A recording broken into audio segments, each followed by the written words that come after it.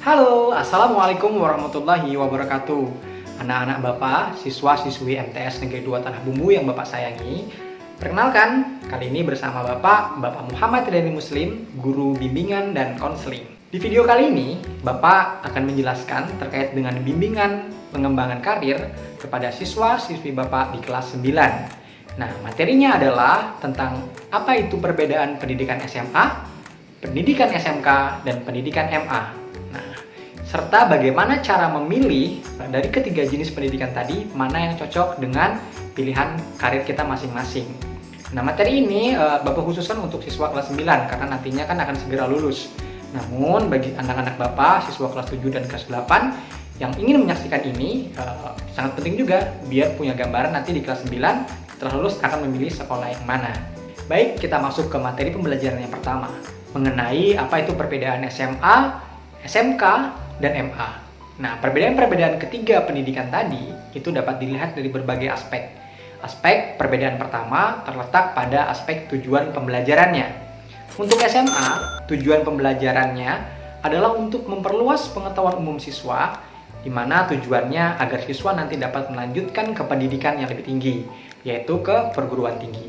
Untuk tujuan pembelajaran dari sekolah SMK adalah melatih keterampilan terapan siswa. Nah, di mana siswa diharapkan agar dapat langsung nanti setelah lulus berkecimpung pada dunia kerja. Nah, sedangkan tujuan pembelajaran untuk sekolah MA adalah untuk memperluas pengetahuan umum siswa agar siswa dapat melanjutkan ke tingkat pendidikan yang lebih tinggi yang berhubungan dengan agama, misalnya perguruan tinggi agama atau sekolah tinggi agama lainnya. Nah, perbedaan selanjutnya dilihat dari aspek porsi pembelajaran. Untuk SMA, porsi pembelajarannya, gambarannya cenderung banyak mempelajari tentang teori. Sedangkan untuk SMK, kebanyakan mengenai praktek. Nah, untuk MA, kebanyakan terkait dengan teori dan juga pengamalan ilmu agama. Nah, apakah SMA dan MA tidak ada praktek? Jawabannya ada. Ya, tapi praktek yang ditujukan di SMA dan MA itu diarahkan agar memperkuat teori yang telah dipelajari. Namun untuk yang SMK, prakteknya adalah langsung terjun ke dunia kerja, sehingga sesuai dengan tujuan pembelajarannya tadi, bahwa siswa SMK dapat langsung bekerja setelah lulus sekolah. Aspek perbedaan selanjutnya dari ketiga pendidikan yang tadi Bapak jelaskan adalah terkait dengan penjurusan atau peminatan.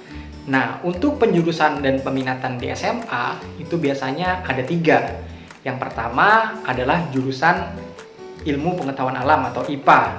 Yang kedua ada ilmu pengetahuan sosial atau IPS. Dan yang ketiga ada penjurusan dengan ilmu bahasa. Nah, untuk SMK, penjurusan atau peminatannya ada banyak sekali. Ada lebih dari mungkin sekitar 100 jurusan yang ada di Indonesia untuk SMK. Nah, tapi setidaknya kita bisa bagi jurusan-jurusan tersebut pada 9 bidang keahlian. Yang pertama ada bidang teknik dan rekayasa. Nah, dalam bidang teknik dan rekayasa ini ada berbagai macam jurusan. Misalnya ada teknik mesin, teknik listrikan, teknik industri, teknik kimia, dan banyak lagi jurusan-jurusan yang dapat kalian masuki. Nah, kalau bingung silahkan saksikan di sebelah sini. Kemudian ada lagi bidang energi dan pertambangan. Nah, jurusannya ada teknik pertambangan, geologi, dan energi terbarukan. Untuk bidang yang ketiga ada bidang teknologi informasi dan komunikasi. Nah, jurusan-jurusannya ada teknik komputer dan informatika, kemudian teknik telekomunikasi, dan lain macam sebagainya. Bidang selanjutnya yaitu bidang kesehatan dan pekerjaan sosial. Ini juga banyak sekali diminati oleh siswa-siswa. Yang pertama ada jurusan keperawatan, kesehatan gigi, teknik laboratorium medik, dan lain macam sebagainya. Yang selanjutnya ada bidang agribisnis dan agroteknologi. Nah, ini jurusannya macam-macam juga.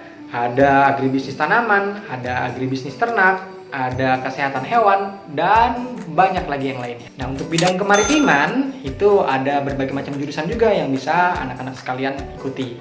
Yang pertama misalnya jurusan pelayaran kapal penangkap ikan atau pelayaran kapal niaga serta jurusan perikanan dan jurusan-jurusan lainnya yang dapat kalian masuki.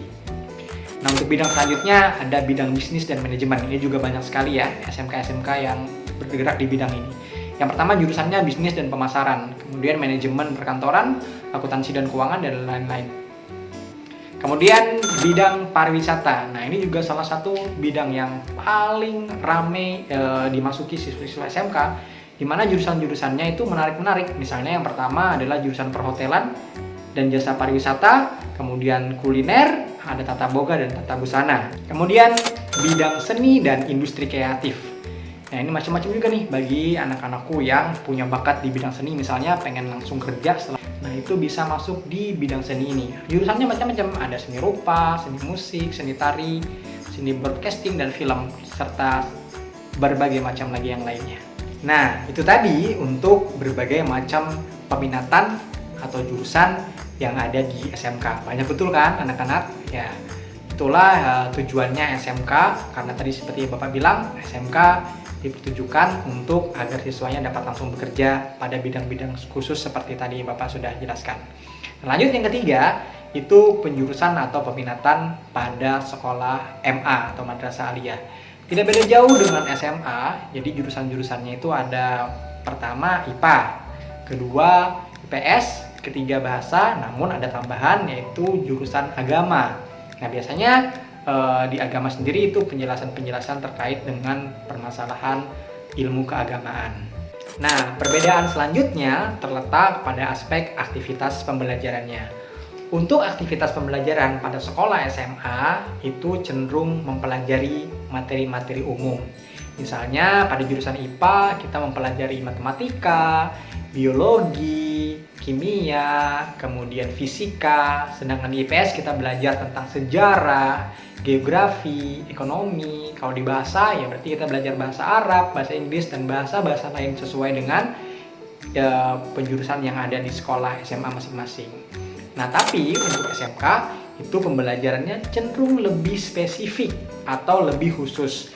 Nah, misalnya kita masuk di SMK jurusan farmasi, maka pembelajarannya sudah spesifik. Kita akan belajar tentang obat-obatan, kita akan belajar tentang kimia dan zat-zat kimia yang berhubungan dengan teknik kefarmasian. Ya, karena tadi seperti Bapak bilang bahwa SMK ini sudah dikhususkan agar nanti ketika dia sudah lulus bisa langsung bekerja di bidang kefarmasian. Nah, kalau untuk yang MA, nah mirip juga dengan SMA seperti yang Bapak bilang sebelumnya, namun ada materi-materi tentang pengamalan ilmu agama. Misalnya Quran hadis, sejarah kebudayaan Islam, fikih, dan lain macam sebagainya yang berhubungan dengan pembelajaran agama. Nah, kemudian bagaimana dengan kesempatan kuliahnya, Pak? Dari SMA, SMK, atau MA bisa nggak lanjut kuliah? Apakah SMK yang tadi dipersiapkan untuk langsung masuk ke dunia kerja bisa kuliah juga? Jawabannya iya, anak-anakku. Nah, untuk SMA sudah pasti. Kita tujuannya pembelajarannya tadi kan untuk lanjut ke pendidikan yang lebih tinggi, yaitu kuliah. Biasanya untuk SMA ini banyak sekali jurusan yang bisa dimasuki. Nah, bedanya dengan SMK, walaupun SMK juga bisa ikut kuliah, tapi ada syarat-syarat khusus biasanya. Misalnya kalau kita pengen masuk kuliah kedokteran, nah itu nggak bisa tuh dari SMK. Biasanya kalau kedokteran itu harus dari SMA jurusan IPA misalnya. Nah, untuk SMK bisa masuk ke jurusan-jurusan yang sesuai dengan jurusan juga yang dia minati di SMK. Begitu juga di tempatnya kuliah. Nah, untuk MA juga sama. Biasanya banyak juga kampus-kampus yang menerima dari lulusan MA. Nah, tapi akan lebih baik kalau dari MA ini masuk ke sekolah-sekolah atau perguruan tinggi yang bergerak juga di bidang agama. Misalnya Universitas Islam Negeri yang ada di berbagai macam daerah. Nah, itu tadi anak-anakku sekalian mengenai perbedaan apa itu pendidikan di SMA, pendidikan di SMK, dan pendidikan di MA. Sampai di sini anak-anakku sekalian sudah punya gambaran belum nih? Nanti setelah lulus di MTS 2 Tanah Bumbu, mau masuk kemana?